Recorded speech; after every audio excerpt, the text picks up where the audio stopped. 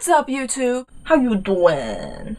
I am extremely accident prone, and it is taking over my life. I was gonna fake that, but that actually just happened.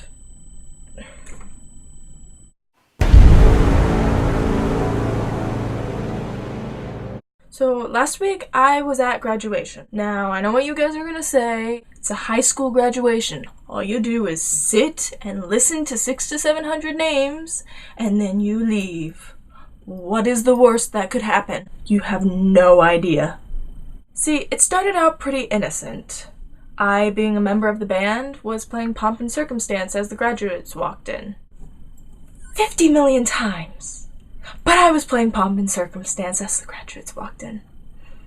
But the worst part was my sax wasn't working that day, and I wasn't sure what it was. It was giving this weird muffled sound, and it was having a lot of air resistance to the point that I was having to breathe every 2 measures, which is not good. I was checking everything. I checked my reed, readjusted it, I retuned. I tried all sorts of things, and I didn't know why it wasn't working, but I couldn't get it to fix.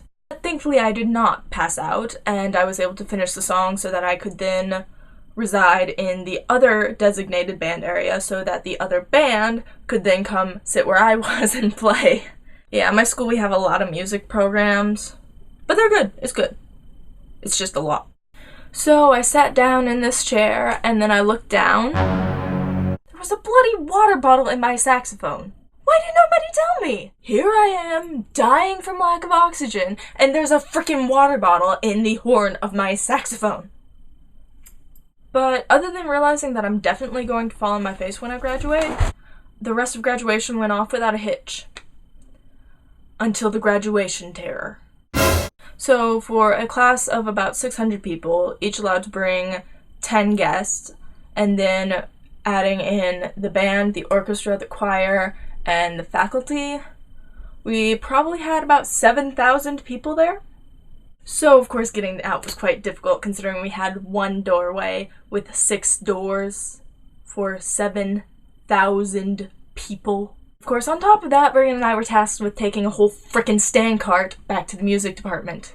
So here we were rolling along with this stand cart, trying to be as careful and slow as possible so that we didn't hit one of these 7,000 people funneling out of this space. Then we got stuck behind this little old couple, and we were trying to create distance and be careful because we didn't want to have a problem, but it was too late. Because me, being my accident-prone self, tripped over a wire, pulled the stand cart into it, and knocked the stand off the cart into this little old lady.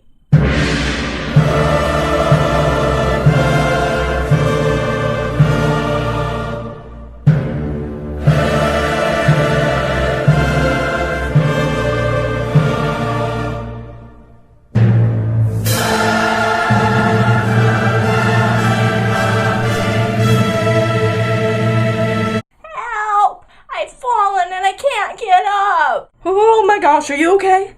No, I am not okay. Time to go.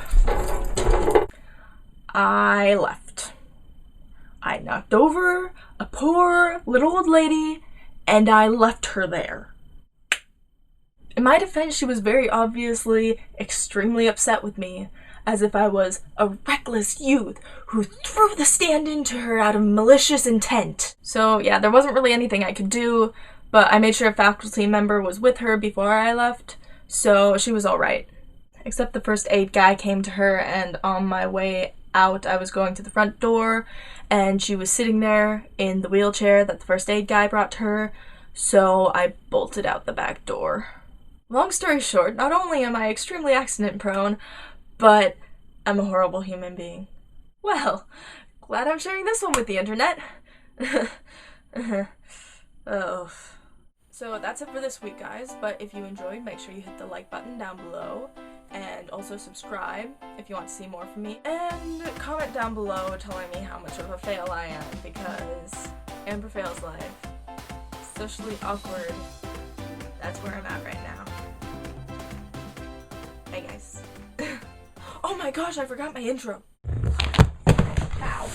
Oh, that actually hurt. Once again, I fail at life, even when I'm showing how I fail at life. I make real fails.